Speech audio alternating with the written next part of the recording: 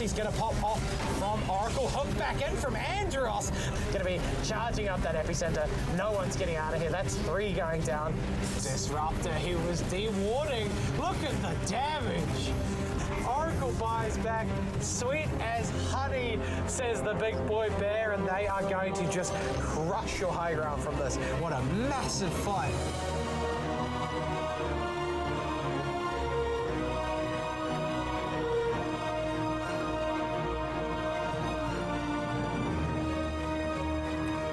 Welcome back, everybody. It is the last day of the group stages here at the LPL Pro Dota for 2022. Our first season, and it is looking pretty good. It's been a great 3 weeks overall. Some exciting Dota comes through, but this is the last day for the last best of 2 to see out who is really going to break through to our top 4 to make it through to our playoffs and bring the action. And it has been a while. It is me, GTH, and joined again by Pogba. Man, how you doing? I'm doing well, man. I'm excited for the playoffs, obviously, just around the corner. We will have that day break between today and Saturday, obviously, but that's all you need. You need to get to the playoffs, and that's where the fun begins in my mind. The best of 3 is gone, but we are still in that single elimination, not single elimination playoffs, but in the best of 2s. Our round robin stage between all the teams and come down to our last 2 teams to play tonight, and then we make it through to our single elimination playoffs with the best of 3s to make it towards our best of 5 grand final, which is all for the big money. But the prize pool that the teams do want. First place, $2,100. Second place, $1,400. Third place, $900. And fourth place, $650. And it comes down to the wire here for which team's going to be able to get hold of any of those prizes. Yeah, I mean, the big thing is, obviously, we pretty much know the top 4. We know who's coming into the playoffs now, as it's so late into the group stage. But it could go anywhere. 1v4, 2v3, who knows how it's going to go, and who knows who's going to show up on the day. And it's quite a lot of money as that jump between 4th place and 1st place. So I'm hoping every team's got it ready. I hope every team's evaluated the patch enough. And I hope that they're ready to bring some playoff action. Well, we are into a little bit of a patch here, but Gigant UDV will be the series for tonight to end off our group stage going to the playoffs here. And 2 teams that have had their ups and downs here. UDV have been impressing every single time we've kind of seen them. And Gigant, they've been looking to get their hopes up together. They've had a little bit of up and downs throughout our season, and maybe this is their final call for tonight. Yeah, I mean, obviously it's their last game, but Gigant, they've been getting better week on week, and that's what you really need from a newly formed team. It's hard in Southeast Asia right now. It's so incredibly difficult to get into that Division 2 barrier, get into that DBC level, and get that experience and practice to be strong enough. And I'm glad Gigaka are most likely going to stay together as these 5. They seem to be solid. They're jumping into qualifiers, etc. And it's now just a matter of getting that experience under their belt. Well, let's see the experience that they've had in the season overall. All the teams have come through. We can even see the top 4 there, at least looking solid for now. Team M11, Gargoyle Esports, UDV, and Atomic Esports all in there. AFC Esports, Burmese Schools, Gigak, and Team QX. Unfortunately, for them, it seems like they cannot break through to the top 4 anymore. Yeah, it is a shame again, but it's a hard-earned battle. It's a hard-earned victory for, obviously, the 4 that have made playoffs there. Atomic will be locked in that 4th slot. As you can see, like M11, Gargoyle, and UDV, there's a bit of movement there, potentially. UDV could be 2nd, 3rd, who knows? We'll have to see how they play this series out. So it's a lot on them, UDV. It's a lot of pressure, and I'm hoping they keep it together to obviously secure that 2nd spot. Yeah, 100%. If you can get into 2nd, going into seeding is so important going into the playoffs. Just make sure you know who you're facing, and you can get that strategy. It's already done, pack. But hey, let's see the teams coming through for tonight. It's best of 2. The last series that we're going to see Gigant for this season of LPL. Yaps, Clarity, Cougar, Jaded, and Bobzaro. These guys have had their ups and their downs. They've had their fantastic plays. They've also had their little bit of rough going on in, but they've been trying every single series that we've seen them in. Yeah, it's always hard when you get a change of roster midway through a tournament. Like, whether it's personnel issues, whether it's personal issues. If you need to change a player up, and honestly, they've been better for it. But Gigak, unfortunately for them, they didn't make that decision before the tournament started. So again, it's just more of a practice, it's more of an experience. And I've loved what I've seen from Yaps, Clarity, and Cougar through that whole entire tournament. Bobzaro has even become more consistent, which is what they needed to do. Well, they're gonna need to be consistent against UDV because these guys are coming to play. Ken, JG, Rapido, Lucifer, Teehee, these guys are quick, they are fast, they are precise, and they will win this game if you give them the chance. Yeah, they are so aggressive. Like they are the age-old C style, which is all in, death ball. If you throw a couple team fights, the game just ends. But if you get that slight advantage, they push it every little inch to make sure they get a quick victory. And I love to see that from UDV. It's just that ridiculous amount of confidence that they have together. Yeah, 100%. These guys have so much strength between these two teams. It's really cool to see, really, UDV with their strategies coming from week one. It seemed like they were a little bit on, I wouldn't say a different page, but they weren't perfectly together. But now week 3 coming on in, they've practiced so much. The new patch has helped them overall, and they just seem so strong, really deserving of that top 4 position. And on top of that, it's not like this is the only tournament they've been playing. They've been grinding away that whetstone. They've been smashing their head into the pubs as well. So it's something that when they started the tournament, we expected them to make top 4. Like you said, they had that shaky start. We were a bit worried for them. But again, skill and trust in your teammates does win out. And that's exactly what UDV rely on. And even Gagak on the other side, it seems like they still have that trust in their carry role, in Clarity, just to bring them to the end. And for the games that they had really rough starting off as well in week 1 as well, it seemed like Clarity was that solid foundation. He would always pick that late game carry, he would always find farm, and he would try his best to keep his team in the game. And now that Jaden's in that mid role to kind of push them to the next level, it seems maybe this should be a more even matchup going in. Yeah, it should definitely be even. Obviously, one side of the coin is Gagak have nothing to lose, so they can go balls to the wall, pick whatever they want. It's all preparation for qualifiers that are going to be this weekend. And for UDV, the pressure is mounting because they do actually still need these wins. And they don't really want to throw it away to a Gagak team that is going to just be playing out of their minds. Well, let's find out what's going to happen because game 1 underway. No delays. We get to see the exact picks, the exact draft. And I want to see some different bands coming out here, but it's some new technology coming in this patch. I've been noticing a few pubs that some heroes have been rising out of nowhere. They've been picked up. Just throwing some ideas out there. I know Ricky 4 is a little bit crazy, but I've seen some teams actually make it work. Yeah, I mean, not just Ricky 4, Ricky Carry as well. For those that don't know, they added a slow to his Blink Strike now. Just a free slow. You don't need to panic with the defusal being super early. Again, the defusal is now cheaper. Like you said, for POS 4, the Meteor Hammer build-up with the 15-minute dart is really, really good.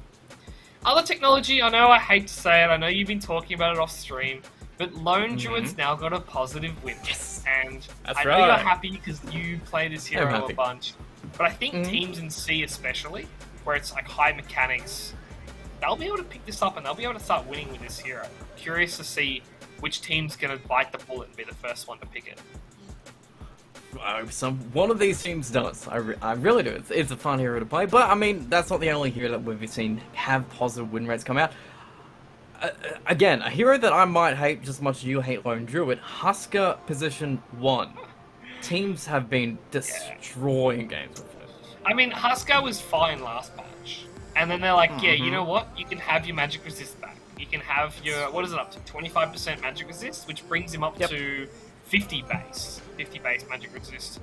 It's not as strong as he once was, but he's still incredible. Another hero that is back to being a bit broken. A little bit. He's cooked. Ooh. Okay, wow, that was a very quick response from UDV to straight up cooking Undying, which is not the two heroes that I would expect to be the straight up counter to Tiny. I get Undying, I don't fully understand Kunkka. I think the Kunkka's just a flex pick they like. Like, we've talked about it obviously this whole season. Kunkka can play mid, carry, we've seen it offlane a couple times. It's pretty relaxed in that sense. It's like, you can just pick it and it's going to be in a decent matchup no matter what. Yep.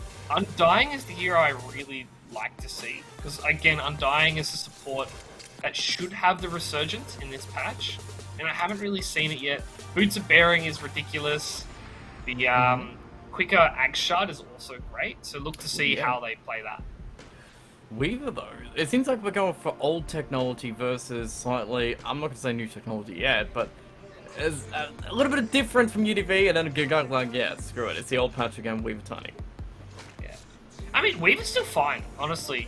For those that said Weaver's dead, when they reduced the Shikuchi cooldown and obviously made the bugs slightly worse in the lane. They forgot that Weaver was a menace the whole game. Like, he doesn't just drop off, he actually gets stronger. So he's not quite broken in lane, he's still strong, probably a top 5 pos 4 in lane. But his late game is still just as stupid as it was last patch. And there's nothing you can do about it. Yeah, Axe is always that item that haven't taken it out yet and just gonna save anyone. You're going like Tiny, and even you can see Gigant abandoning around it like Medusa straight up. Just heroes that Tiny cannot burst, cannot deal with the stone guys. Yeah, just take it out, give Tiny the easiest game possible. And usually the teams that do pick up Tiny though, they are able to win just on the back of this one hero. It seems unkillable if you don't have the right hero to deal with him. Yeah, the other side of the coin is he does kind of need a buff style hero. Whether it's the Alacrity from Invoker, the Bloodlust from Ogre Mage, or a Solar Crests in general. Like, they kind of do need something for this Tiny. You can't just sit there in frontline and do everything for him. They've got the bugs for the reduced armor, but I kind of want to see them go something like a Snapfire Solar Crest, or my favorite would just be the Bloodlust Ogre Pos 5. That sounds pretty good. As long as it doesn't get banned, but it seems like none of the teams care about it. Shadow Demon, again, being banned from Sunny UDV. Ember Spirit as well, I guess, trying to slow down the hero pool. Or is that more suggesting that maybe Kunkka is a mid in this situation? I have actually also seen Position 1 Ember Spirits too. I think the new Ember's strong. Like, we talk about Kunkka being flex, you can play it anywhere. Ember's in that same boat now. Like you said, Ember carry is fine, Ember mid's fine. I've seen some people flex the Ember into that pos 3/pos 4 role. It does a lot of damage, doesn't need a lot of spells on cooldown anymore. So I like the ban. I would have preferred to see them maybe leave it in and pick it themselves and play the Kunkka Ember Spirit course. Cool. But I'm okay, because obviously they've got the first pick coming into the second phase, but then Gagak get the double pick, which is quite strong. Pretty quick. That's probably why we're thinking about so much time around these bans here. Just trying to get good heroes out of here. I know Morphling is being banned here, but that doesn't jump out at me as an amazing Morphling game yet. Weaver, Tiny, not too great, but maybe that's suggesting further on something that's going to be super powerful that they can't exactly deal with. Yeah, I don't know about the Morphling ban either. I haven't got enough data on the new Morphling to tell you if it's good or not, to be honest. Fair. They go with the Mirana Pos 4, so they go with the Kunkka Mirana combo for the mid lane, if they want to go that. X into Arrow is pretty hard to deal with, especially with Puck being banned. Well, Puck is gone, but it means that the double pick from Gagut's going to be there. We do have an Undying Mirana support combination, though not the exact same supports we usually see being paired up. That's true. It still does the job of like what I think supports should be picked. On a base level, one should be defensive, one should be offensive. Mirana has that arrow for the initiation. Dirge has that defense in the Soul Rip and the Tombstone. Speaking of, by the way, the Tombstone changes. The Tomb hits hard on heroes now. The way they change like the pierce damage, etc., etc. Zombies hit hard. Unfortunately, they just don't kill creeps anymore. Well, hopefully I can kill Mars as well. Not the quickest pick from Gagak, but that feels alright here. Just a way to set on up, but Kunkka and Mirana, both heroes that can kind of deal with Mars, play style pretty nicely. Undying going to be a little bit awful, but if he gets his Tombstone down, that's kind of his job already done. That's true. It's a bit harder for Mirana now. You can't leap over the arena anymore in that sense, but even then the Moonlight Shadow is pretty good. The arrow, again, stops a lot of the combo. I just like it because it's now a Mars Weaver lane. Like, we talk about old technology. This draft is so... Last patch? 7.30. Yep. And they're all still good. It's still good, though. Yeah. Somehow. Alright, we've got combos, we've got Inkswell targets, we've got Soulbind to keep everybody in so Tiny can do damage. It looks really nice on paper, but UDV, they need to be able to deal with that with their 4th pick here, and it does seem super solid here, but Undying Mirana Kunkka, where do we go from here? They're in a bit of a rut right now, because if they don't pick something boring like a Naix or a Judd carry, Don't do that. There's a chance of your hero pool getting heavily depleted. Like right now, there aren't a lot of carries that can deal with it. They go DK, so I'm thinking DK mid, Yeah. off lane Kunkka. No carry Kunkka. Carry Kunkka into Mars. It's not terrible. That's good. I feel like Kunkka and DK will do the same job, is my only issue. Like, they're both going to be the initiate with the stun, whether it's the X marks or the blink Dragon Tail, they are going to kind of do the same thing.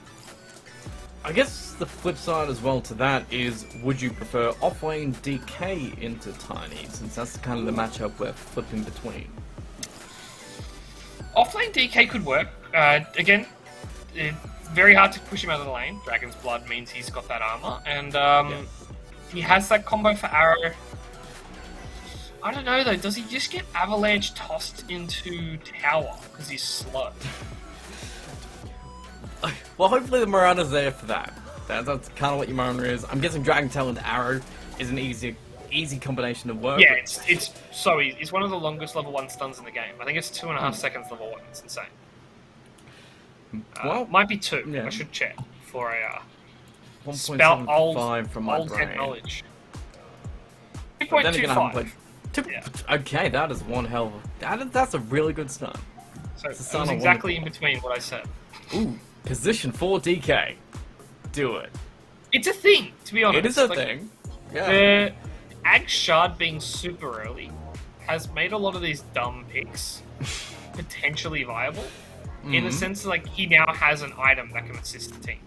So he can walk around, have Dragon Tail plus Fireball, and all of a sudden he does all this damage in team fights. He can push the dead lane. He can do a That's lot. good.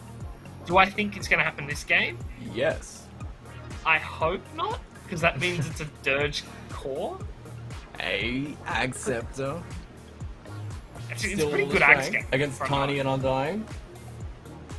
Oh, that's a good pick. Gagak's draft is literally the last patch. They pulled up the patch notes. What's good? These 5 heroes. Yep, that'll do. They forgot to refresh the page with this current patch. But Ooh, Monkey King, that's different. I like it against Tiny, but it seems like that BKB timing is crucial. But what do you think about it? Last pick from UDB. Yeah, well, I'm seeing Rapido pick the Dragonite, Ken pick the Monkey King. Okay. I'm very interested to see how these lanes go. Cool. OD versus any of these 3 heroes was going to be a whitewash. Obviously, they've picked 3 melee heroes into an OD Mars. That's a bit worrying, but they will be able to go early BKBs, and I can see UDB getting a lot of pickoffs, using that Moonlight Shadow and finding kills around the map, and I think that's what they're going to need to do, otherwise they will fall behind here. Okay, so I'm hearing a whole bunch of excitement for Elgato here. Do you think they can take game 1? They've got the draft for it. Like, as much as I hate to say it's an old head draft, it works. There's a reason why this is good last patch. There's a reason why it's still good this patch. My one concern is the OD. If the OD gets rotated on and hit by an arrow in the first 5-6 minutes, that could ruin their entire game. Cool. So on to Lucifer to kind of shut down Jada, but for now, Gagak have a old but good draft going in, so potentially they can get some points on board. Potentially they can take some points away from UDV, who are looking to move up on our leaderboard here. They need to win 1 game to take over the spot from Gargle, just convincingly to take that number 2 position away from them, and that's confidence going into the playoffs here, so hopefully they can do it, but only team stopping them right now is Gagak going into this game, and I'm kind of cool with it. Like, out of all the heroes that you did pick, I'm surprised that they didn't pick a better matchup for OD, but Kunkka these days isn't exactly the worst matchup anymore. Yeah, I mean, it's never been bad. Kunkka's just a hero that just does well in lane because he's a bully. Like, he's got ridiculous health regen, he's got ridiculous armor, he's got ridiculous base health, and he hits like a truck with Tidebringer. He's got everything he needs to sit in lane. I'm still kind of surprised by his win rate. I was looking at it just before we actually started streaming. It was 46%. That's pretty ridiculous. They did change his X a bit, and they obviously removed his strength talent. I think the strength talent is the big issue. 16 strength at level 15, which happened around the 15-minute mark, was insane. You'd end up walking around the game 15 to 20 minutes in, have 2,500 health. And you couldn't be killed because you had the boat run. Well, I guess I don't have that extra boost anymore, but has that changed the way you want to play Kunkka anymore? Do you still go that right click, Shadow Blade, Silver Edge, BKB, I'm going to crit you down and try and kill you, or do we go back towards some more magic Kunkka instead? I think you still go you go 1 or maybe 2 items physical build. I think it's lended to going an earlier Aghanim Scepter. Because the extra torrent damage brings torrent up to 400, and if you get the Ags, it spawns 20 torrents. If you get lucky and hit like 2 or 3 of them on a hero, they're dead every time. Okay, I'm cool with that, and it seems honestly, against what Gigant are trying to do in these team fights, a really good item pickup if you can just blend it with that arena coming in with Odie trying to, I'm assuming here, I know Odie's, okay, Jaded is not changing his build at all for this patch, it is straight Meteor Hammer 2. Yeah, I don't like the new Meteor Hammer changes, to be honest. I think the item's nowhere near as good. But they're going to fight here? I don't know about this on Cougar. Double Decay into Arrow. Cougar banished away to save him alive, but he will Sakuchi out, but Ken will not let him go as he just walks on down to the lower ground and crushes him away. As we've got more decay points into him, chasing out Zaro, who's going to be trying to go up, moving away from Yap so they can't chase more, but UDV in the river here already got their first blood. I love this. They've got 4 melee heroes, so what do? They all camp on the high ground, like little soldiers lined up waiting for the first kill. And it forces the level 1 Astral Imprisonment, which honestly is pretty terrible for laning, because it means you can't last hit with the Arcane Orb. Yeah, you can, I guess, banish them away, hopefully to secure that last hit, but yeah, you can't punish the Kunkka as much. And on the other side, you force out a UDV, Dragon Tail from a DK, but I'm pretty sure Rapido was going to go for that anyway. He does like going Breathe Fire, obviously for the range creep secure, but I wouldn't be surprised to see Lucify ranged creep secure just using the arrow. So that's something to keep in mind, that Rapido, he doesn't need to worry about it because he has that ranged pulse 4. Even then, Lucify has the upgraded auto attack damage from this patch, and there you go. He just gets the range creep, and that's the lane secured. Top lane, Undying trying to secure his lane by just working Bob Zara as much as he can. Decays will come in as he wants to get a double. He does somehow get a double as Cougar comes on in to get the Decay off as well, but they're keeping everybody away from Ken, which, honestly, apart from the Weaver, that probably seems like Ken's going to have a pretty comfortable time in this lane. I mean, I don't think the Weaver can deal with Monkey King. That's the big thing. Lucify stealing a Curry in the bot lane. It just comes down to making sure there's stacks available. I think Cougar will need to grab a few and make something happen around the map. Cool. So we'll just watch what Cougar can do in these lanes, but just look a little bit static here. Bottom lane, as well, Rapido is trying to get the pressure on the Clarity as we are just walking in, stunning him, trying to make sure we do not give any last hits away to him. And Yaps trying to secure it in mid lane. It's 3-4 already for Jaded, actually taking advantage of his Astral Imprisonment. Maybe not taking too many last hit advantage, but I guess that's the one benefit you get from going that point early. You can deny as many creeps as you want. Yeah, the one downside I will say is he's out of mana. Oh yeah, yeah. Not often do you see an OD out of mana, but now he just needs to hope and pray to Gaben that he gets the Arcane Orb procs, because otherwise this lane's dirty for him. Ooh man. Alright, JG feeling pretty good at this point, as it seems like on the face of it, a little bit of stable lanes coming out. Cougar is going to be trying to pressure up with Teehee, with the sentries being kind of taken away so we can block the large gap. Teehee under tower though, Cougar might commit with one more right click, should do it. Spear is going to miss, and he does survive somehow out of it. Now Ken, he's focusing on Bob Zara, the spear did not connect, so now there's no spear to keep this Monkey King back, and it's punishing both heroes of Gigak here. Yeah, I actually love what Teehee's doing. Yes, he almost died there, but look at the last hits difference. 7-0 on Bob Zaro. Ken's 14-4 right Tombstone. now. You gotta commit the 2. Straight up.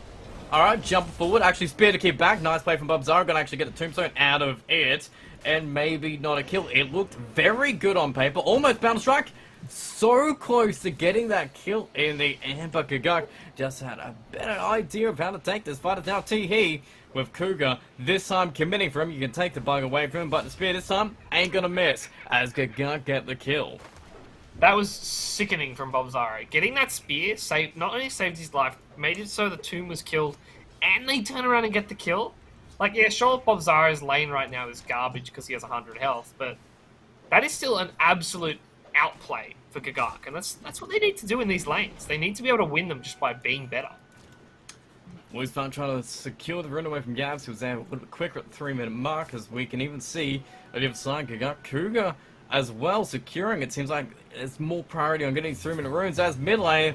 We do have an X, we do have an arrow, and we do have a glyph, but we pull him back on in, so the range creep will not take the arrow, but Jaded, he's got to take that kill. Yeah, I mentioned to GDH, I said, what, 5 to 6 minutes, there's going to be an arrow. They decided to do it at the 4-minute mark just because of how easy this bottom lane is right now for Rapido. And just like that, JG is going to be an entire level ahead of the OD. Oh yeah. Back to farming, back to snowballing, and even he's waiting for these runes to spawn up to secure and make sure that really Kunkka can have all the regen in the world. They're getting some great security, and it's not costing them a thing. It's top lane Cougar. He's going to try and pressure can a little bit. Scoochie will hit the Monkey King, but he's just going to be juking a little bit. Maybe the kill should be here. There's no German attack, but he doesn't have anything more unless he gets to sell from T. He gets the survivability to jump back on the trees, and UDV aren't going to lose a thing. Yeah, a nice play. Again, like, these lanes are even as far as like drafting goes, so outplays are just all we're looking for here. And it's unfortunate that the Gagak just don't have that level in Geminate on Cougar right now. He's got 2 levels in the bugs. That's why it's doing so much damage, but it does mean once the bug dies, he loses a lot of that potential. It's cost him a little bit. Rapido, though, as the hero that's been left mostly by himself, it's not costing him a thing. 30-13. 13 denies, 30 last hits. Clarity is up to 13 in this lane that should be, on paper, pretty easy in a 1v1. I mean, DK Breathe Fire does a lot because obviously Tiny has a high attack damage, but he's slow attack speed. So having that reduction is huge. The other side of it is, like, how do you stop this from happening? Just getting walked on and just auto-attacked 5-6 times, and all of a sudden you're trading a health pool with a Dragon Knight. You can't win that trade. Nope. 2 points in Dragon Blood. He's going to regen right through it. Mid lane as lane. well, JG. Okay, top lane as well, Ken. Surrounded by 3, being left by himself. Popping a Wukong, trying to survive. And Cougar, he does get the one charge off. We've got an X1 on the back. Ken's on a killing spree, but he will finally be put down as Bob Zaro can put him in his grave. But it was so difficult to get Jaded. Almost got hit by an arrow mid. As you, DV, if you can't put pressure top because Ken's by himself, you're putting pressure in every single other lane around it. Yeah, and I like what they're doing. They've brought the Cardi in the mid lane. They've kept it alive, and the Meteor Hammer's not ready yet, so there's no real counter push. Tombstone coming in, working on Tombstone. Jade's actually going to get X up for now. Astral Imprisonment is going to be down, so he's on to the Undying Boat. Isn't going to be whiffed, as we do get 1 kill on the T heap, but right now we're going to clean up the OD. We're going to clean up the Weaver without German attack. He's going to get 1 more right click on top of this as the turret is weighted, the sentry is placed down, and he is cleaved down for a double kill. And with that Tombstone, it made it even more juicy. Yeah, I loved that Tombstone placement. There's nowhere to hide, there's nowhere to juke around, nowhere to get anything done, and they don't get the tower, which is probably a big thing for Gagak, but it's basically dead. I can't imagine they're going to defend this. Yeah, there you go. Bottle refill on top, it seems. So really, JG, he's having a great mid, 43-7 so far. All net worth is currently, yep, it's UDV as they just get a kill on the Clarity bottom. That can't have been a solo. No, Lucify did come down and use the arrow as well. Okay, sweet. I will say this, though, they've got another one. Oh no. Silence on the Mirana, so she can't arrow, but I don't think it matters as we will deal with the Catapult, but we can deal with the Grimstroke just the same, and then DK goes right on back to hitting your tier 1 as top lane. Ken is working down Bob Zara, clear from JG with rotations from the Kunkka. Already starting at 7 minutes in, 3-10, a 4k goal lead as these tier 1s are starting to crumble. Yeah, I mean, you can rotate this early because there's no mid tower. Like, you've done your job. You've done the one thing mid lane needs to do is take that early tower. They even tried to get a kill in the bot lane. It didn't work on Rapido. And right now, none of these rotations for Gagak are working. And it feels like UDV have just got their number in every one of these lanes. Yep. It's comfortable, but I mean, your Gagak at this point, your lane's going to go amazingly. What do you kind of do? You got level 6 and Meteor Hammer almost on Jaded. Do we just need to work around his timing? Yeah, the two timings are Meteor Hammer on the OD and the Blink Dagger for Bobzara. I do want to see him rush it from here. I don't want to see any armlet, any more braces. We've seen some people go 2, 3, sometimes braces in this off lane, but they need those 2 items badly because they need to be able to buy space for Clarity, who's at the moment only level 5. Whoa, okay. That's not feeling great. He's level 6 at this point, so that's kind of good. Oh, Jada's dead in the mid lane. Passive, but Curry's dead. Oh, the Curry that had his Meteor Hammer. Oh, no. Please don't kill him after you kill his Meteor Hammer. No, you got the axe. You use the Astral Prism boat. Instantly going to come off. T's going to be back. We're going to pull back into the boat. And Kuko is going to try and save him. But no. He lost his Meteor. He lost his life. And now it seems like he's about to lose his position. 4-2. Lucifer jumping up to the high ground. Clarity's going to wait. Arrow in the back. Just going to kill him up instantly. Clarity's going to be down low. And JG. Clarity's dead too. Never even left. Torrent. Okay, going to be dodged. But do we have an X in a couple seconds? Yeah, we do. 2 seconds. Regen room going to be broken. But he survives. But this is just mental damage on the side of Gagak here. They're just pressuring up OD so much. Jade was feeling great. That was his Meteor Hammer timing. But now he's got to wait another minute before he can use it. Yeah, and that's we talked about, like, what do they need? They need Meteor Hammer, they need Blink Dagger. Blink Dagger's 1,700 gold away. Like, we're not seeing that until the 15-minute mark, most likely. Especially because they've put Rapido in the top lane to bully you. But yeah, no Meteor Hammer means that... How does Jaden actually farm? How does he play the game of Dota until he's curious back up? I think he can't. He's just got to sit beside us here too, yeah. There's also a ward catching him out if he decides not to sit there, so they can see him perfectly now in the mid lane. So if they want to kill him, and Clarity even coming across now to push this lane out. So Jaden isn't doing anything on the map because he literally can't. Yeah, the worst part is once he gets the Meteor Hammer, he needs to rotate top. Unfortunately, they've already lost Bobzara on the top lane. Clip comes in, X comes out, and Bobzara gets pulled back into his own death. Not even near the arrow, but please don't let it hit. Okay. Yaps almost got connected with that arrow, but he gets saved just from slight movement speed. But your tier 1 tower, that's about to go instead. Yeah, and this is what, the 3rd tower they've already taken. Ken has not been a part of this. Pull back in the X. As imprisonment, boat, Torrent got a miss, but boat should land with the Ragtail to make it, and another kill. A DD rune casually, and yeah, okay, yeah, Ken, as we're talking about, probably not the most explosive player right now. 4-1-0 so far after his landing stage. He's just going for the Battle Fury just because he's got so much space to farm, I guess. Yeah. He's top net worth. Like, it's 14-3. It's a 9k lead. Like, this is close to the 100% win probability 10 minutes in. Like, UDV came to play. Yeah. Oh yeah, Courier gone. Clarity not cared about. Could jump, could have hurt him. He has no mana literally on Tiny, so Ken is just farming, keeping the attention there. And you can even see UDV right now. They're farming their camps, shutting him down. Jaden has his Meteor Hammer. Cougar will be Inkstall, will actually connect with Rapido, but Moonlight Shadow is going to be there. They need Dust going to pop it onto him, trying to keep him down. But DK is going to get everything popped on him, but 1 soul rip. We'll get back to half HP. Meteor Hammer won't kill him yet. JG is given enough time to rotate around the Dragon Tower and the arrow onto OD, so we're just going to X him up, pull him down, put the Tombstone in between him. They have to work it between 2 to try and kill, but the Soul Rip is going to keep it alive. And Ken, he's finally come down to party. Lucifer basically gets the solo kill, and Jaden Cougar's going to be trying to run away. Ken's going to jump onto him, slow him down, breaks himself instantly, going to try and lock back into the river where Lucifer is waiting and holding the arrow for as long as he needs. And with the X, it's going to be a little bit chewed because we're on the boat to land instead, with Ken even helping out. They take down all 3 heroes, but Rapido does go down as a big old net worth being given back to him, but there's so many lives being put up to buy it. The worst part of that, it almost wasn't even gold and XP fight. That's how ridiculously far ahead the UDV are, that 1 hero is almost equal to 3. But I do need to point out, that's the 3rd arrow combo that they've intentionally missed as they pick up another kill in the bot lane. I think that's the blink reveal for Rapido. That's, well, now we know. Oh, maybe 2 kills. Clarity's in trouble. Oh no, that's a kill. He's stuck.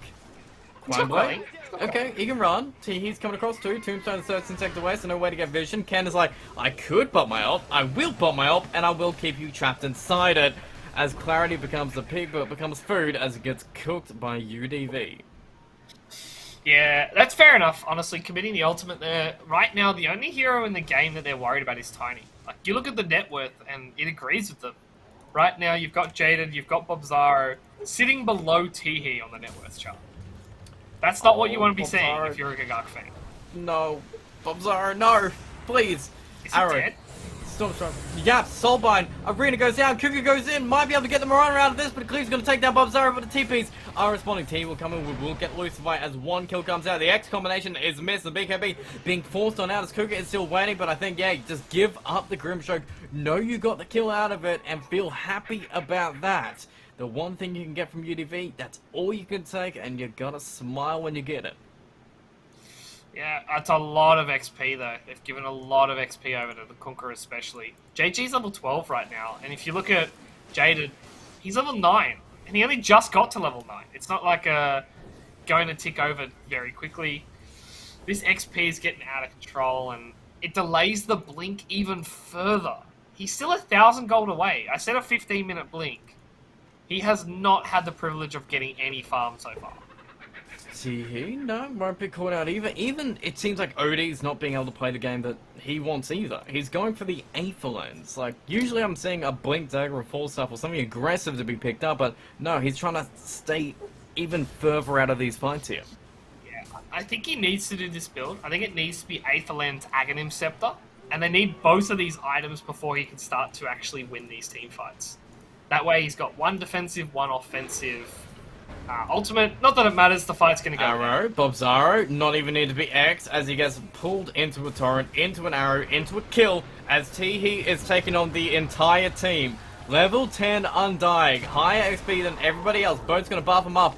The hammer drops, but he doesn't even feel it. It bumps off his head, it hits the ground, and Undying will finally go down, but now JG is standing strong. Sam Blue's fire and Rapido, he's finally been able to make the journey across. And that journey took a while, but now it is gonna hurt. As we get some damage back on Jaded, he will tip out the toss back into the mid lane as Jaded's just surviving. Cougar's gonna get done buffs off, and Rapido, very low as clarity, moving on forward for his own combination. He just gets close enough, but JG, X Torrent into stun, gonna miss his combination as the sun's gonna come there, and JG to keep it back, but the arrow is gonna hit Yaps. But does JG take the bait here? Bobzaro is waiting, Clean comes out. Actually gonna get Cougar in the end. BKB to go right through to Spear, as we're gonna pin the Monkey King to us and pull him back in with the turret and give him a free old kill. Clary's like, hey man, I can help. Nope, I've just got a tree I can throw in and run the other way, as a beautiful, just unison play from UDV. These guys know exactly how they want to take the fight. Lucifer will throw an arrow, JG will watch it hit,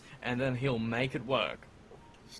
Absolutely sickening play there from JG, by the way. Using the little hop, skip, and a jump with the Tumbler's Toy to make sure he can get the cleave and kill the Weaver. Absolutely fantastic. So far, honestly, it's been close to flawless here. Like, Teehee's obviously died 3 times, but he's an Undying. He should be dying. Despite the name, he usually sacrifices himself in these teamfights. Clarity.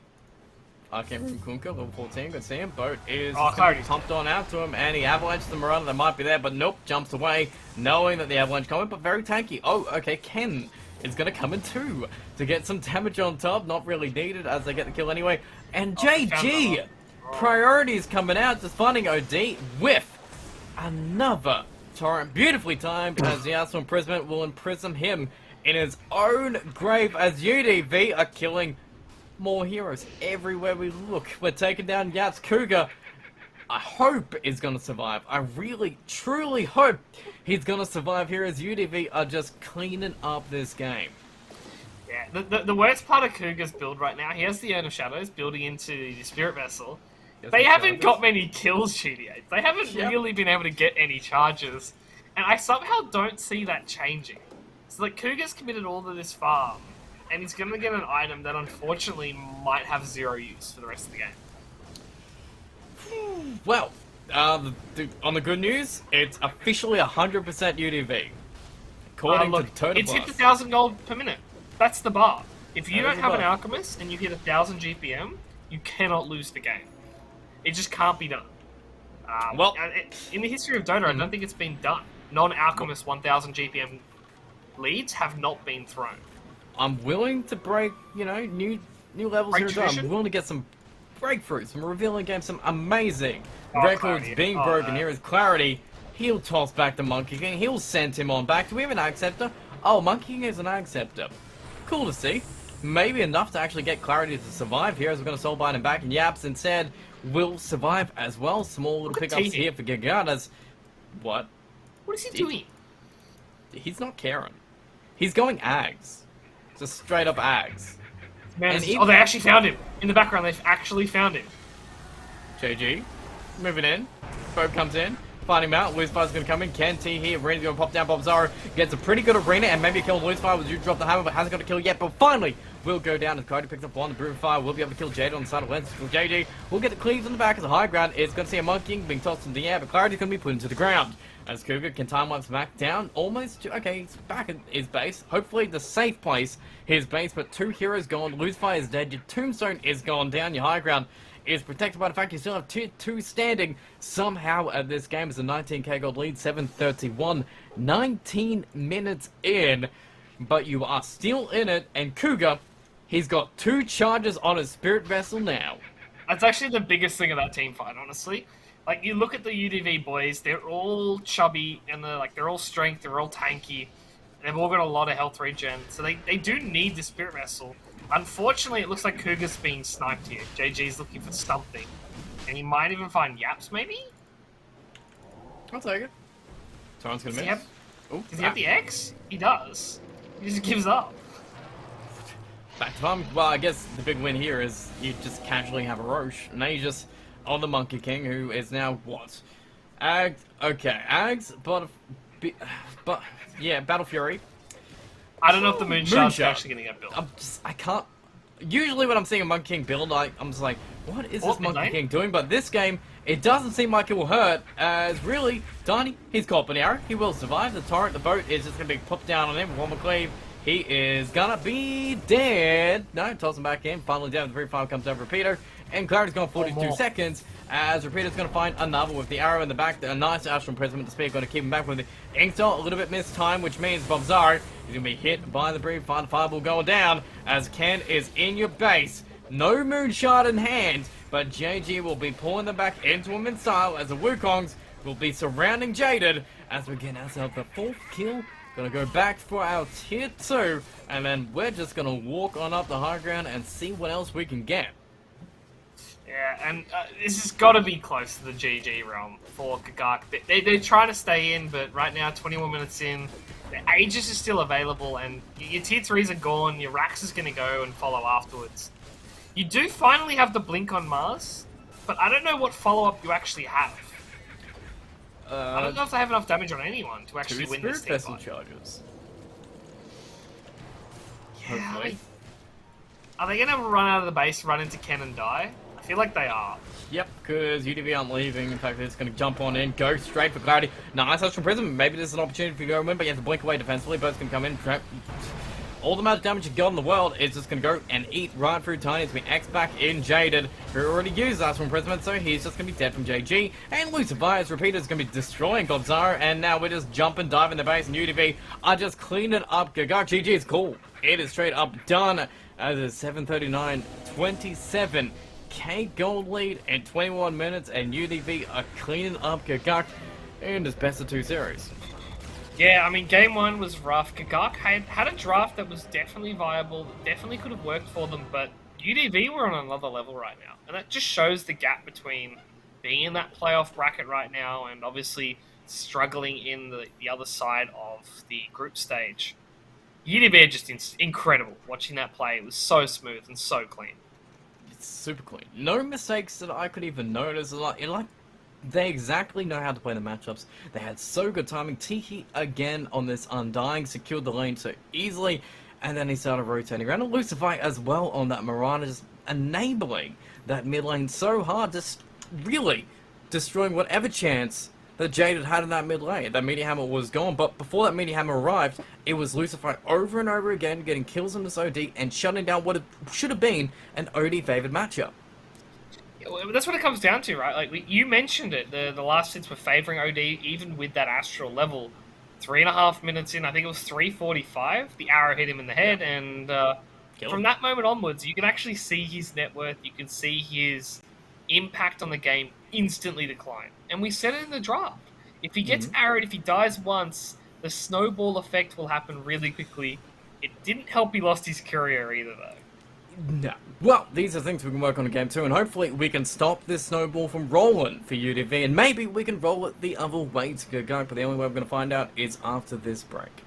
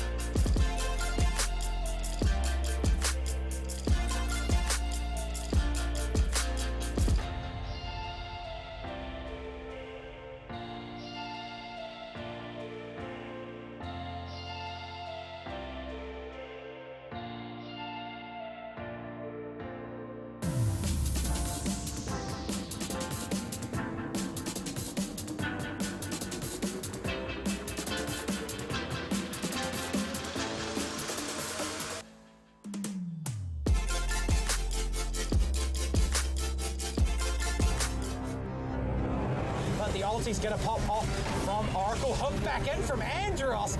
Gonna be charging up that epicenter. No one's getting out of here. That's 3 going down. Disruptor, he was dewarding. Look at the damage. Oracle buys back, sweet as honey, says the big boy bear, and they are going to just crush your high ground from this. What a massive fight.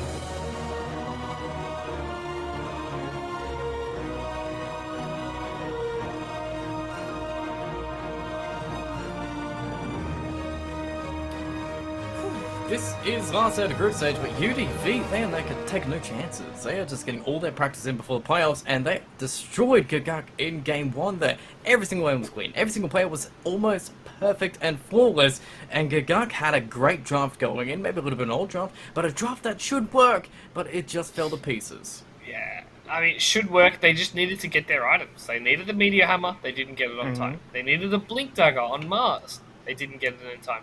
They arguably needed the Shadow Blade Echo Saber on the Tiny. We didn't even talk about it because, unfortunately, it wasn't even close. I think he got the Echo Saber, and that was it to end the game. And you look at all these items, you look at this draft, and you say, this is what we need. We didn't get there. Do we run it back, or do we try to dominate the lanes even harder? Well, I guess we have to put that down, but maybe we need to maybe update our drafting. Do you think Odie is still a potential mid laner? Is it just one of those heroes that kind of needs to win it, or it's just done? I hated OD pre-nerf, and the reason I hated it was because it does one thing well. That's it. It does the stun lock with the Meteor Hammer really well. It doesn't do anything else. Unfortunately, when you let things like a DK Blink get into the midst, you get the arrow coming from the Mirana, all of a sudden, the one thing you do well, you can't actually do safely. And it's not like you're a great team fighter without it.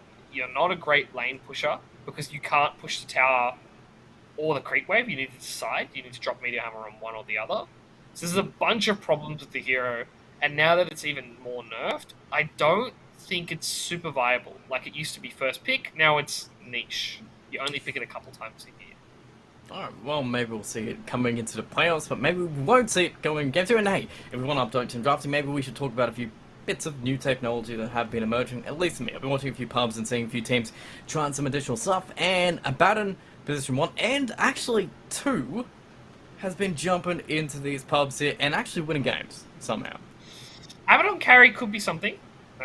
We talked about it, like, the be-all and end-all is if you get to 25, you take the AoE Mistcoil, you get the Ag Shard, you throw a 500, 600 damage Mistcoil in an AoE. It's pretty insane. The hero's got decent stats getting to there, but I don't know if teams are ready for that. Things I want to see are the green police, the Viper, the Pugna, the Necro. And I know it sounds bad, actually, and the Venomancer. Venomancer has one of the highest win rates in the patch.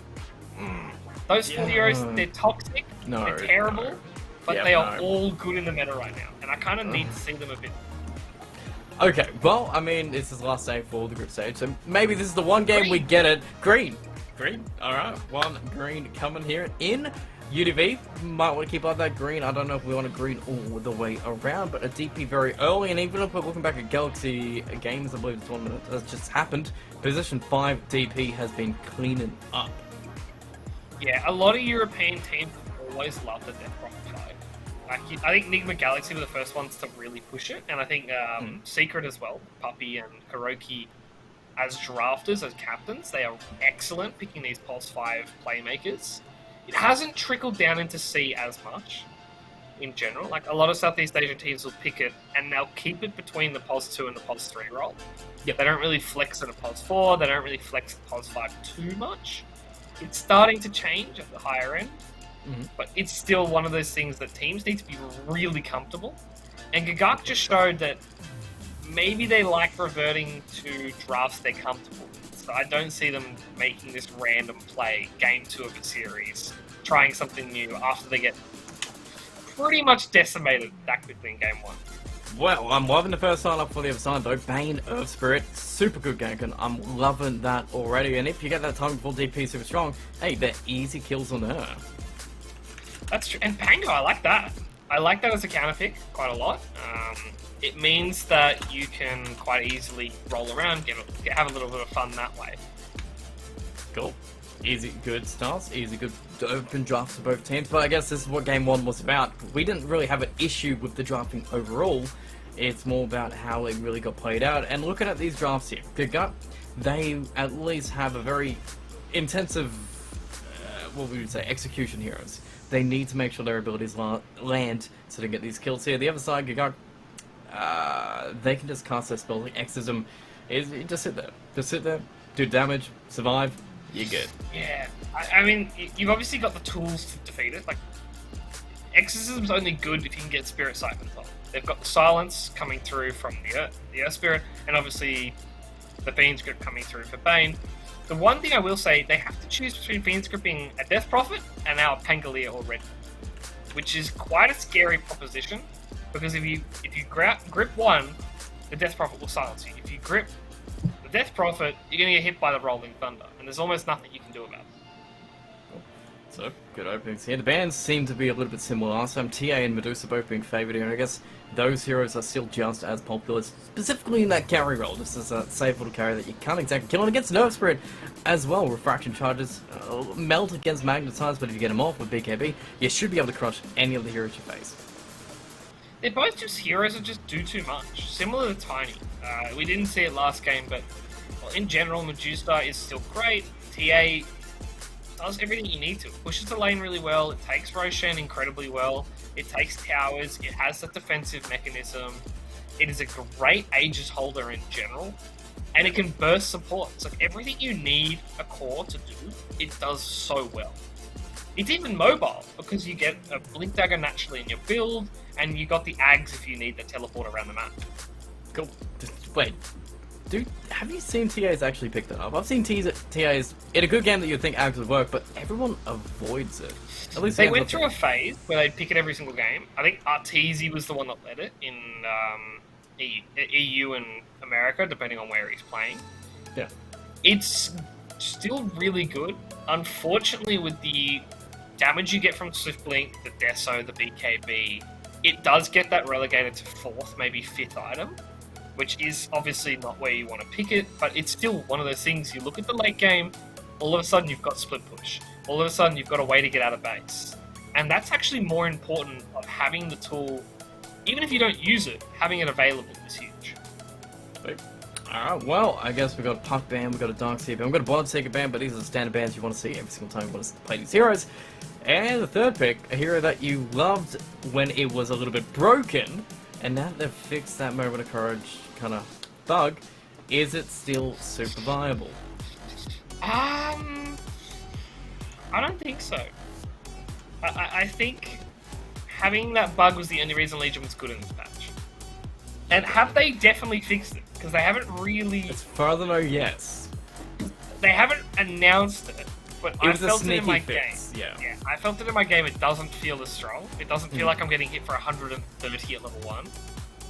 But until I see the patch note that says it, I believe it could always come back as a bug. I'll just have a little bit of tech difficulties, guys, so we'll be back with the draft full on screen, but we can see the final picks that we saw there. It was a Tusk, it was a Morphling, and very interesting picks from both sides, because Morphling, again, that is a Clarity favourite. So Clarity, he's on his comfort hero here, but we've got an Ember and a Tusk, and a DP, and a Pango. These guys are fast, they are aggressive, and they are going to run at you. Is Clarity going to get the space? I don't love the pick. Like you said, it's one of these heroes that he likes, he's comfortable on. But like you said, they've got 3.5 ways to counter it. Like, Ember's not quite there. He can burst with the Remnants, but he needs someone to stun.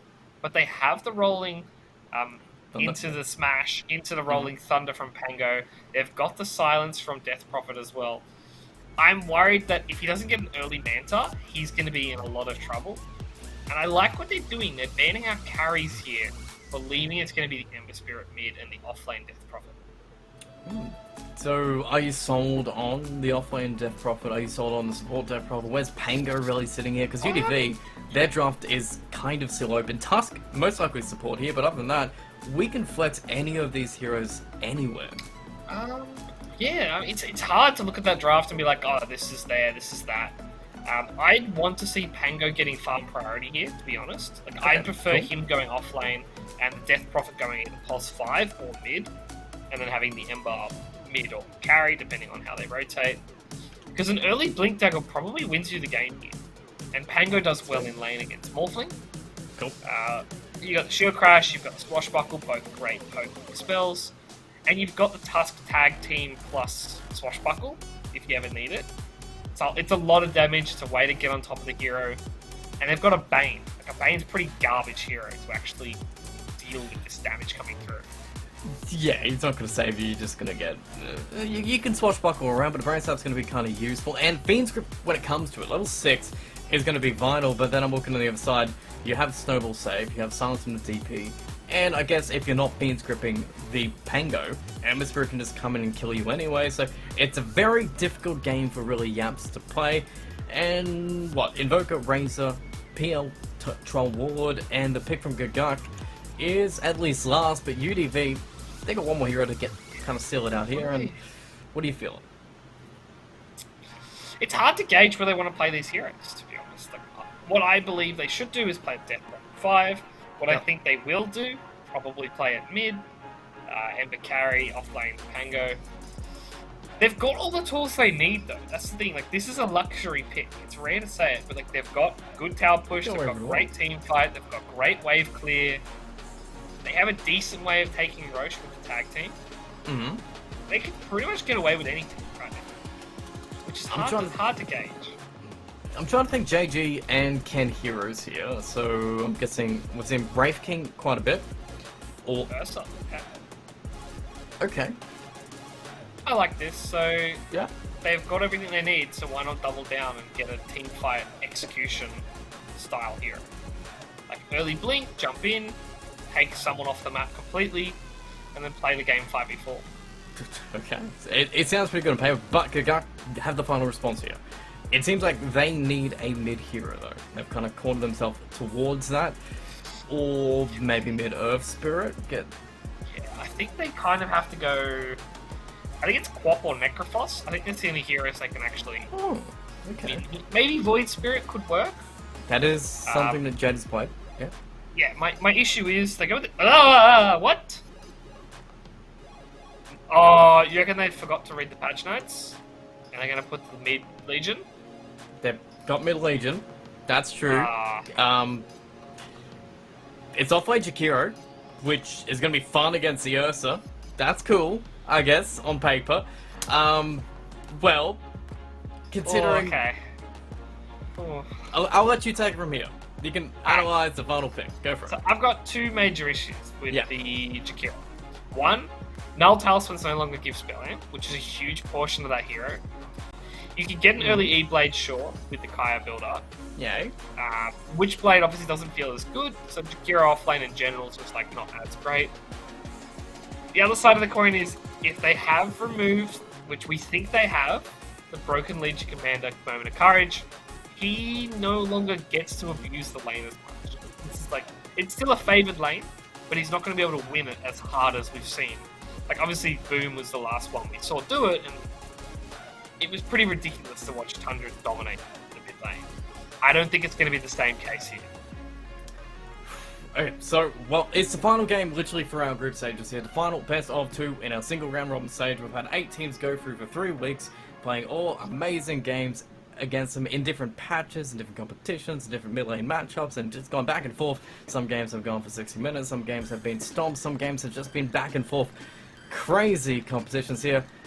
Where do you want to put your final prediction here? Who is going to take game 2 here? Can Gagak take 1 point away from UDV, ending our last series as a 1-1? Yeah, I don't see it. Like, UDV dominated an even matchup, in my opinion, for game 1.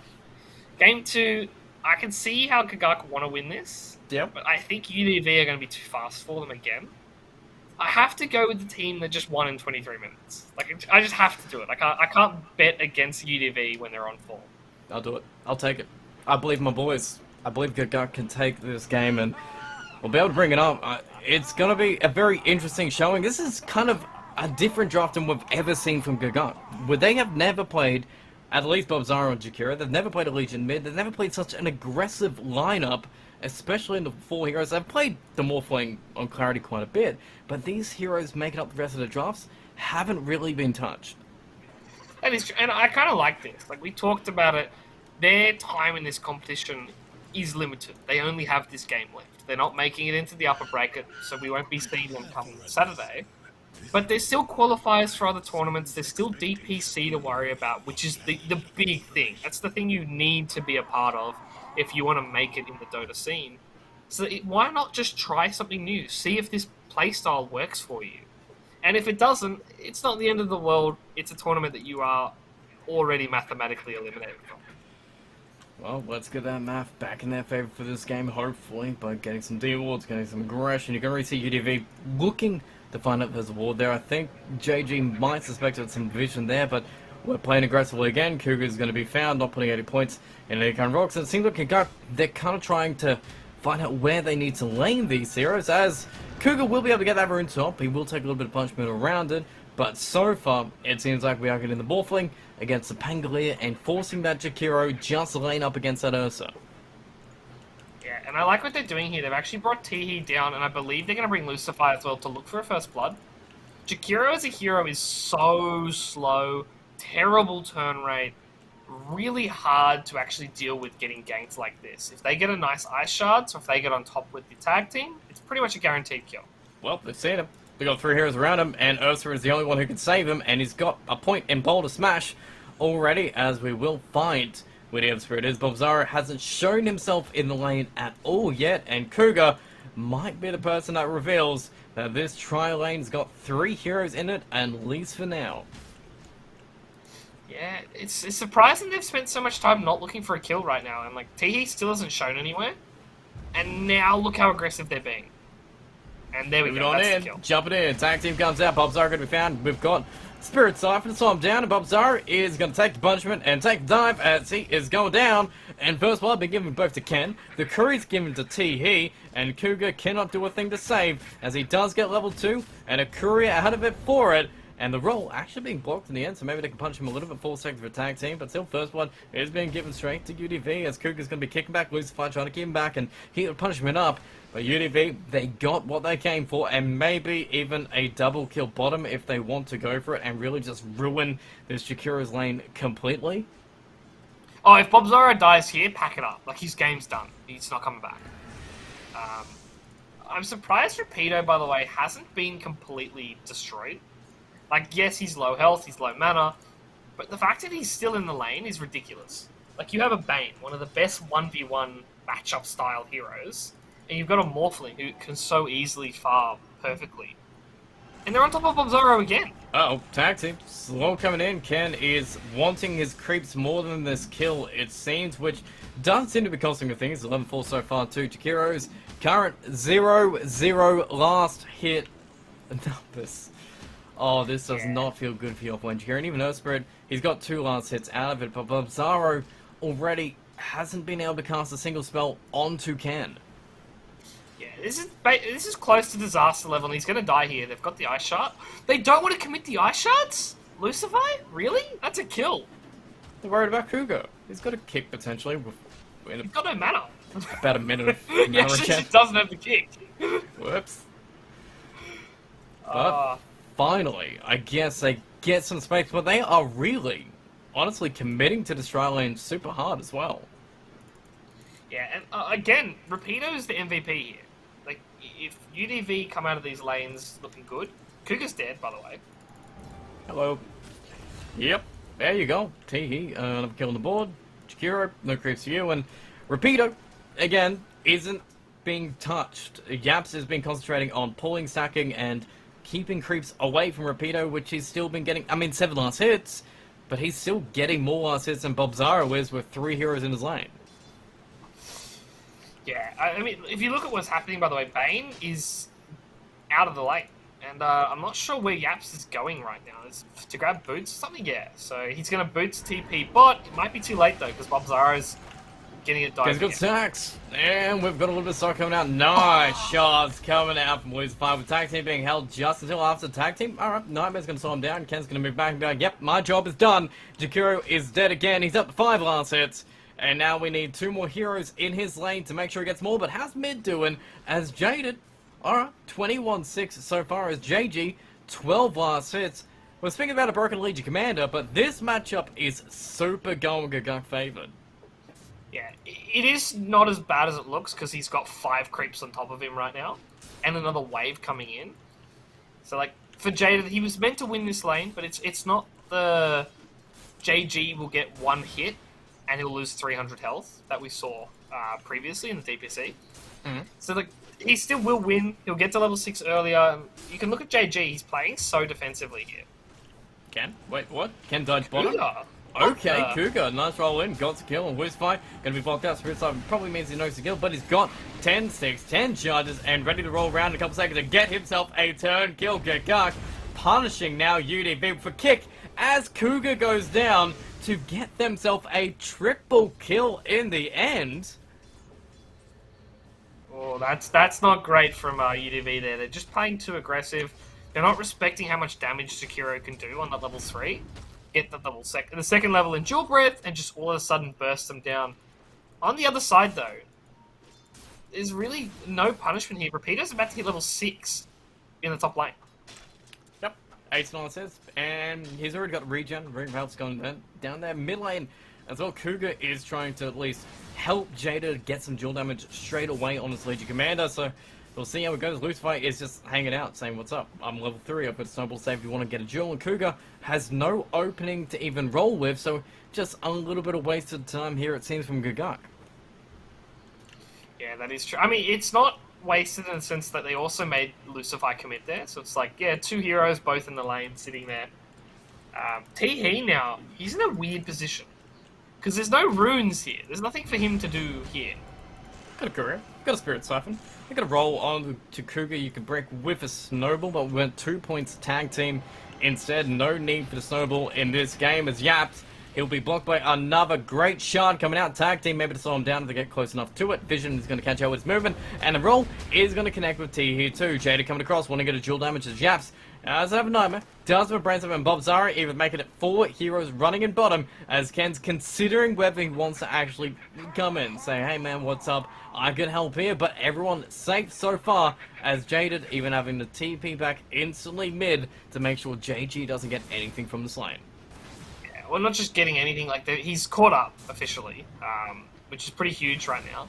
But it's more the Cardi wave meant a lot of damage on tower was possible there. So I like the priority here for Gagak. They're making sure that their lane stays healthy. Because we saw game 1, that the mid lane tower was gone by now at 7 minutes. Yeah. Much closer game seems in the game 2 here. Clarity, again, as much as we haven't zoned out Repeater, he's been getting so much free farm himself in this game. He's got already his Morbid Mask. He's going straight for the Dragon Lance, straight into the Manta, it seems, this game. And maybe this is a game that Morphling could potentially just carry his entire team on his back. And by the way, what? Roll in, comes to get a kill. Cougar's gone, Lucifer's dead too, as we're going to get a few stacks in Rage. Going to be breaking away our slows, and maybe moving on in. Ken has his Furious Swipes coming in. We just need a little bit slow. Yaps is going to take a little bit of punishment, dodging the dual breath coming out as Ursa jumps back on in. Gets himself a Bane, as we've got the Ember arriving too. Teehee giving away his life as we've got a killing spree. A triple kill for the Ursa in the end of it, skyrocketing his Battle Fury timing. Yeah, and surprisingly, he's not even going for a Morbid Mask or anything here. Like, they're not worried about the Roshan potential. Like, they've got the tag team. They could take Roche quickly. But he's holding a 2.2k gold, so I don't know if he's committed to the Battle Fury either, because he could just go buy the Ring of Health. Middle lane looks like a little bit of action coming in as Cougar is making way across. Jaden so far has got no dual damage on the board. 3 points in Breath Attack, 4 points in Moment of Courage, no points in Overwhelming Odds, so he has no way to farm other than duels, it seems. Oh, mid lane too. Tag team coming in, just going to move on forward, trying to get damage. He's going to get slow Spirit side of the roll. It's going to be dodged a couple times, but we've got the burst damage in the back as Cougar jumps in, just gets stunned by Rapido again. Concentrate again, the triple stun comes down. Clarity actually becomes task to get the tag team, get the shards, get the damage, but it's Yaps going to get slowed down. The Invis rune is going to be pumped by JG, and now Clarity ends up getting nothing for his mid lane rotation that he wanted to pick up something. And speaking of picking up something, you want a free Jakiro kill because you got it, as Ken is able to get the kill on Bob Zaro in the safe lane. Yeah, I mean, it was looking so good for so long, and then Gagak, they've just lost 4 heroes in 12 seconds. And all of a sudden, the net worth's ballooning out to 3k, and They're getting all these farming items up. Ken is only 1,000 gold away from a Battle Fury. That's going to be an 11-minute Battle Fury on an Ursa that has treads as well. And a wand. Really good. So he's got like decent early game items on top of that. Which is kind of scary, especially when Clarity, I mean, he's got Morbid Mask, he's going to have his Dragon Lance, and he's still got another 5 minutes coming in. And then when we're looking at really Jaded on this Legion Commander, he's going for the Blink Dagger, which is at least 5 minutes away. Maybe even more. Like, it's one of those things, it's hard to gauge. Like, is Blink better? Is Shadowblade better? Is going an early Armlet to farm better? But they do need kills. They need pickoffs, and they're not really finding them. You can't really rely on Cougar to do everything. Caught, kick him into the Legion Commander, get Jewel hopefully coming on, moving forward with phase boots and trying to get connection, but they've got it. Jewel damage comes out, Yaps are going to come in, and so far the taunt is not going to last long enough as he can survive, get the Enrage off, and now Lucifer going to come in with a bunch of Jane, and Ken is somehow surviving out of all this. Enrage long enough, one charge is still being held the entire time, so he survives, and Jaded moving back in as the Slider Fist comes in. T is going to be given up, but JG silence up, maybe enough damage, finally get the kills. They do get a brain start, they do get damage. Slider Fist going to be able to kill Jaded, so we don't get anything out of it. As he can get a Remnant, walk away, go back to base, and survive through the entire thing. He and Lucifer don't, but the two cores you came to kill are both living, and the Legion, who just wanted dual damage, is definitely dead. The worst part of that is it's actually worth it. Like, you didn't get the duel, sure, but getting that kill at all is actually more gold for Gagak, which is wild to think about. That's how they're already hitting that point of being far behind. The one issue I will say is that they've gained higher experience to JG. So he's now getting close to level 10, with Jaden, he's only just about to hit level 9. I'm sorry? Ooh, one more slide. It's looking a little bit hairy as he's staying in the lane because he knows Cougar's with him, but can Cougar even save him if he decides to go in? 3-man smoke though. Ken's in the smoke, so I'm suspecting a little sneaky Roshan play coming in. Yeah, I mean, they've got 3 levels tag team. They might as well. They might commit the Exo. No, they don't even have it. So, Ken, they need to be quick here. They need to make sure Lucifer doesn't die to the Roshan. He's got this. He's got Snowball. Ken's got Fury Swipes in a couple seconds. And Rapido, again, been doing his own thing. It seems he comes in for the occasional roll. He's going to Swashbuckle, probably get the disarm onto Roche just to make sure they can get it. But that's a really free pre-Battle Fury Aegis being given away to UDV. Yep, and he's got the Battle Fury now. Nice. It'll be on Curious somewhere. Yeah, it's just exiting their base. 12 minutes, Battle Fury. On the other side, though, Gagak, you look at Clarity, he's got the Dragonlance, he's got the Morbid Mask, so he can farm pretty quickly as well. Well, hopefully he farms fast enough, because we got Ancient Sacks, we got Large Camp Sacks, we got Can level 9, and slowly skyrocketing as they want to probably pressure up Clarity just a little bit, but so far it seems like Gagak, they're happy with Bubzara just pushing this tier 1 tower by himself, and they're happy with Jaded kind of farming up this lane. They're not looking too active. Earth Spirit doesn't even have Urn yet, they're just sitting in this mid lane getting their XP and a little bit of gold.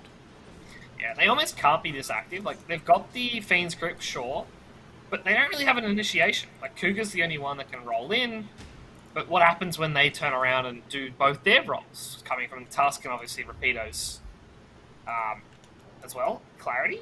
Where do you just TP? Bot lane. Well, oh, they're going to get a tower at least here. They'll get bot tower here for free. Sure. Yeah, maybe JG. Like, they've smoked up 3. There's going to be 5 heroes bottom for an Ember Spirit by himself, so best odds will come in as UDV aren't committing too many heroes right now. They got Rapido coming down bottom just in case. But it's still 2v5, Smoke's going to break, make it a 3v5 as we're going to get rolled, but defensive coming out. JG is going to be blocking the roll to make sure they get the stun, and now Lucifer needs to be able to get saved, but the silence from Cougar was beautiful, and them a nice, quick, and clean double kill for Gagak, taking down Dust, taking down the Pango, and leaving JG alive, but having to run the hell away from that tower. Yeah, getting the tower as well. That's the plays that Gagak need to make. Rotating behind the tower, getting them off guard, finding Rapido. If Rapido had got that roll off in time, we're talking about a different fight. We're talking about an even, maybe even a Gagak losing fight. However, I believe they're about to get dove on the top lane, and Bubzara might just get caught. Yeah, he does. Chance of catch, and Ken slowly coming in. No one is looking because they want to go mid and find T. Underward vision. Cougar's going to catch him. Yaps has no phase grip, but the Nightmare will make sure that Jaden can walk the way across and get himself some free dual damage on top. 20 dual damage for Legion. Bob Zara dead on top of the tower for UDV, but we are getting online for Gagak here. Yeah, this is huge right now. Getting the mid tower, if they're able to do so, they'll commit the role to defend it here. So this is going to be an awkward fight. Jaden, having to move forward. Okay, Nightmare's going to dodge a little bit of damage. Yaps, about to save for a second there. Clarity's actually going to get a nice little waveform away, but they're going to move in. Ken a little bit. Actually connects with the Spirit Vessel already done. As Clarity's going to be dead. What a Spirit Vessel timing as we are moving forward as Repeater. He picks it up nice and early to make sure he gets his kills. He becomes big.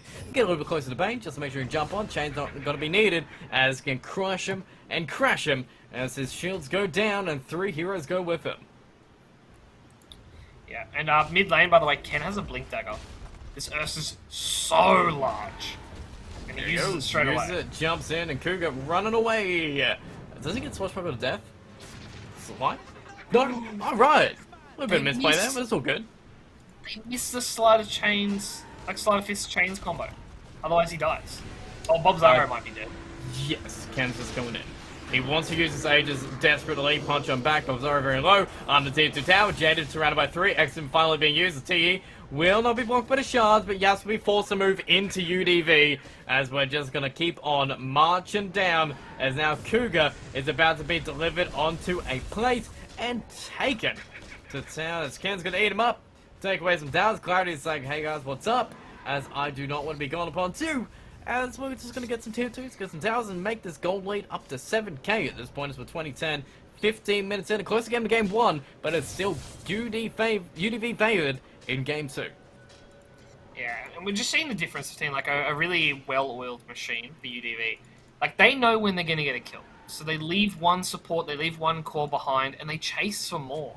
And we're seeing them jump onto the backline, having faith in the rest of the team to clean up those kills. And it's making these 1 or 2 hero pickoffs turn into 3 or 4, as it's going to happen again on Ken. Oh no, caught between 2. Battle Fury is cleaning up both of them when you only have to hit one of them, as Bob Zaro will be finished off by JG in the woods, as we've got another triple kill, and Ken just wants somebody to take his Aegis from him. I mean, it's 15 seconds at this point, I think he just lets it run. Okay. Are they actually going to smoke with 10 seconds left on an Aegis? Yep. That's UDV for you. This is scary. They'll find Cougar here, though. Silence kick, gonna be dodged, gonna find actually Clarity, gonna be Sobel back in. Aegis is done, gonna regen back in, and there we go. Jump through, Sobel gonna silence, and he's just dead. Clarity is gone, 45 seconds, nowhere to break, just dodging that roll. Kev, it's make sure Cougar can't get out as we do get a double TP in. Jaden might be able to get something done with a nice press attack coming up and Joel on the TE, who doesn't make him and will be dead. Beats on the backside, controlling up the repeater now, and Cougar is just giving his life to make sure his team get kills, and they've got a double. But what more can they get as JG is going to arrive, and now Jaden is gone. Bob Zaro, Ken is not being held back by any nightmares as Yaps is now in a nightmare of his own making, as there's 2 heroes chasing him, hunting him down, and maybe just giving up for him for a moment as they realize it's a Bane, it's not a core, and why don't we take some towers that won't respawn around it? It's weird though, because they should have grabbed the creep wave and found Yaps that way, but they didn't. And again, a nice turnaround from Gagak getting the jewel there, but he's not going to have a Blink Dagger anytime soon, building the Halberd on the Legion. And we talked about Clarity's farming potential here. He's still 1,500 gold away from the Manta. So these silences are completely taking Morphling out of the game. Likewise for the Spirit Vessel. As he's got no Dispel, he's got no way to get rid of it right now. And UDV using perfectly. 11k gold lead so far. It seems like they've got 5 charges already on Repeater, and then he's going for the Diffuser Blade right on after. So even if you want to strike Morph, you might not even have the mana to do it. So they've really got all the answers to Gagak here. It seems like it's up to Gagak to kind of bring the pressure back against UDV here, but what can they literally do? They just need to get pickoffs. They need to make sure that they're trying to get these smoke ganks going. I haven't seen a smoke gank from Gagak yet. Like, I don't think they've done a 3-4 man smoke gank pickoff this game, to be honest. It's all been reactionary so far for them. Well, mid lane, maybe they can react to this, as we see where UDV are. Repeater was showing where creeps are, but you have no Blink on Legion to get on top of this Pangolier. Not that you would want to, maybe with disarm, but in the same point of time, Teehee, Arcane Rune is picked on position 5, Exim is popped, Ken is doing some damage, same to Lucifer, and JG is already setting up bottom just in case you want to pressure your own tier 2 out of it. Yeah, I mean, they should be able to trade here, but unfortunately, like, the Fortify comes up for UDV right now, and it means Bobzaro needs to be careful here. They won't be able to trade anything, and I'm curious if they're going to try. Too. They're going to try for JG. The roll, it did not have a rock under it, and Cougar, oh man, he had such a clean plan to Earth Spirit, but for now that mistake is going to cost him first a Bane, and maybe now an Earth Spirit. Slight chains, 5 seconds away, as we don't even need it, as Rapido able to help on out. Bobzaro does get out, but a double kill is going to be given up nice and quick and cleanly to UDV. Yeah, and this is the smoke gank now. Like, Roshan could be up at any point. Is it? It's an insta-spawn? Yep. Insta-spawn! Oh, if they get lucky here, they walk in and find it, or worse, they find Jaded here, all by himself. Bobzaro's here. Bobzaro has a nice path. That's but true. I don't know if they really even care about Jakiro at this point. Is he at least level 10? Yeah, he's level 10. He's gone for a 4-star, but I mean, is this the game you want to see out of Jakiro at this point? It's been pressured way too much for him to have an effect in this core role. Oh, yeah, I mean, look at it. Is that your call, Jakiro? That's your call, Jakiro. Nightmare a little bit too late to swap it away and send Ken forward on in to run. Just send everyone else packing. There's a 4-man smoke behind it though.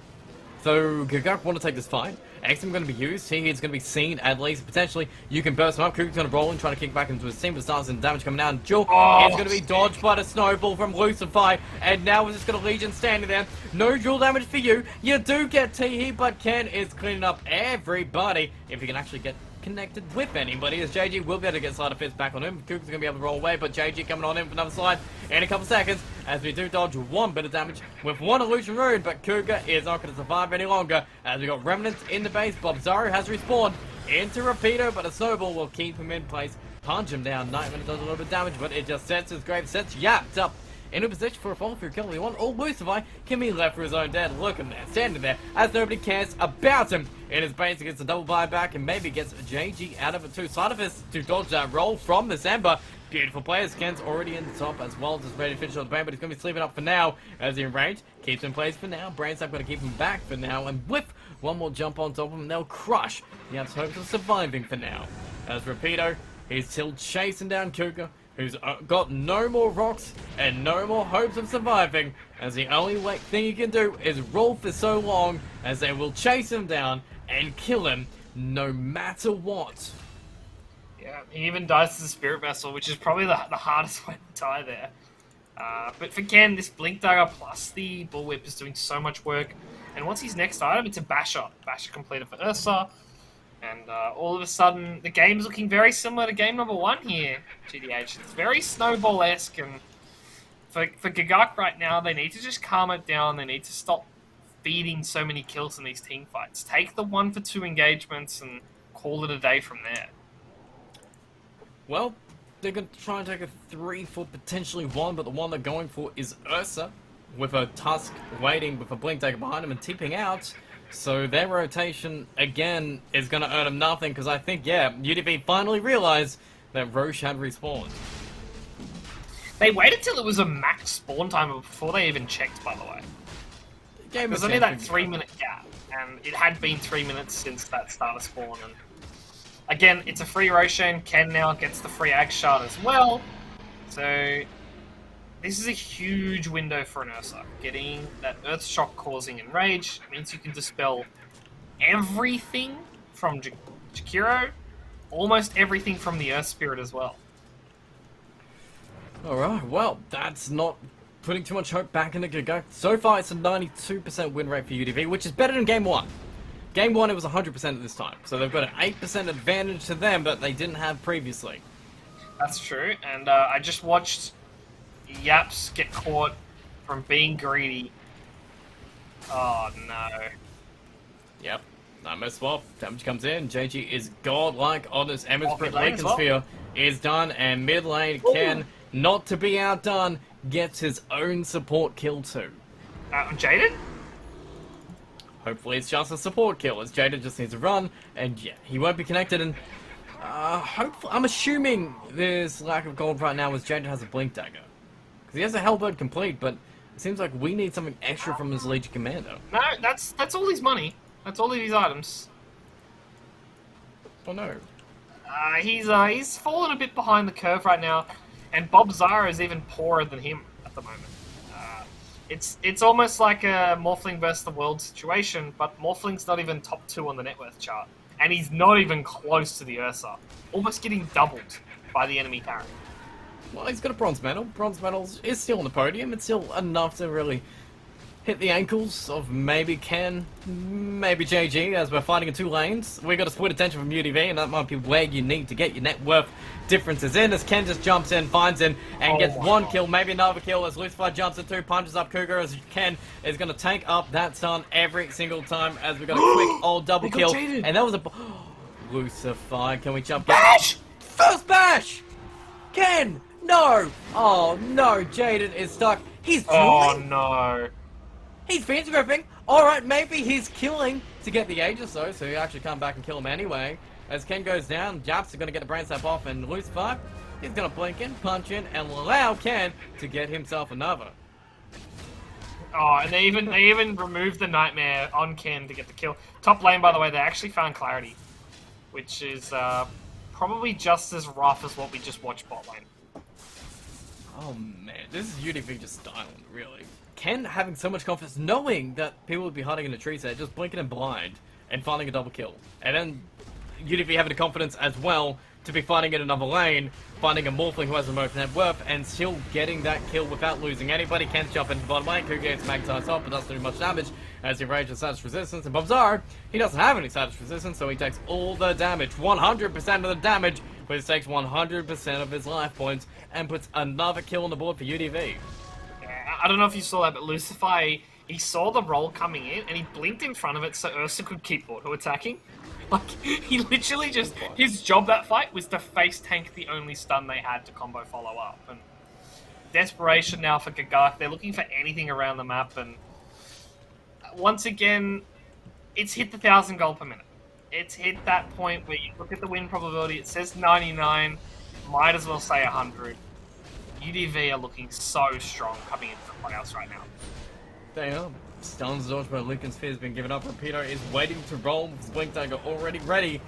Spirit Vest jumps up to 3 as anybody comes in. This Nightmare does nothing as DP wants to be here. As Roll might come in, does hit actually can, kicks him back on into the team, but do you want to get Juliet? No, you don't. It jumps away.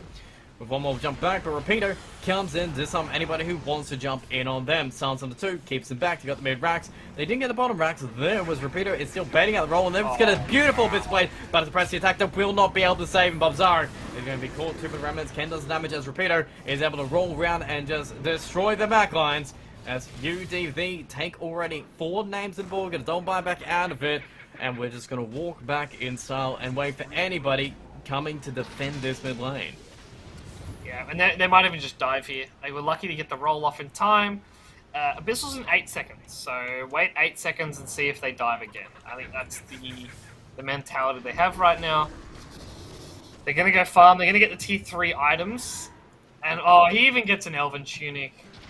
Everything's coming up Millhouse right now for UDV. They're loving this. Oh yeah, they have the best time ever. 35k gold lead.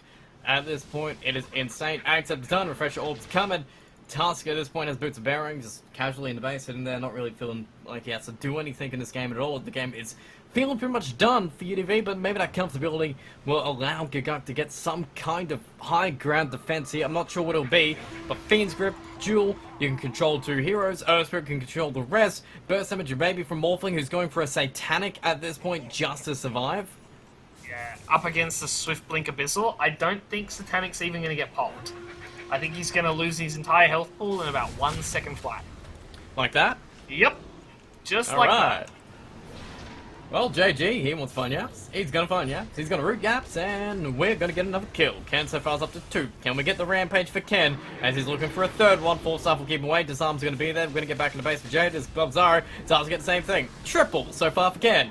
Can we get in the rampage? That's my question. The sun comes out, the base is going to be pressured on in, and Gagak so far not GGing out. Credit to them. They're going to allow this game to go out and force them into Mega Creeps. Yeah, I think it's one more team fight. They're going to wait for Jakiro to come up. They're going to look for a kill. I think it's at this point, it's not about winning. It's about sending a message. It's about getting that final couple of kills. Because I don't think they can win from here. Like, they should register how far behind they truly are. Well, I'm just looking at Ken's score, 28-1-14. That's a pretty good Ursa score, just casually. That's the Ursa though. Like, he either goes 1-10 or 28-1. Like, this, I feel like there's no in between. This hero is such a snowball-esque hero. He even built the Battle Fury, so like the steamroll potential was even, oh no. Oh, glad it's been found. This play comes in. The Cougar does get the roll, but it is Rapido waiting for the roll, the shard, the roll and thunder, and GG instantly called as Gagunk tap out. But UDV taking game 2, this best of 2 with 2-0 for them comfortably in our last game of the group stage. Yeah, and they showed strength coming into the playoffs as well. It's one thing to try something new. It's another thing to dominate the opposition this brutally. And now other teams have to wonder, was it something that Gaguk just didn't show up on the day, or are UDV on that next level coming into playoffs? What are they going to play? How are they going to draft? And are they going to show up and play this well? Seems like nothing's really stopping them, at least in this best of 2 series. The win rate was up. They didn't really die on the course. Ursa died once.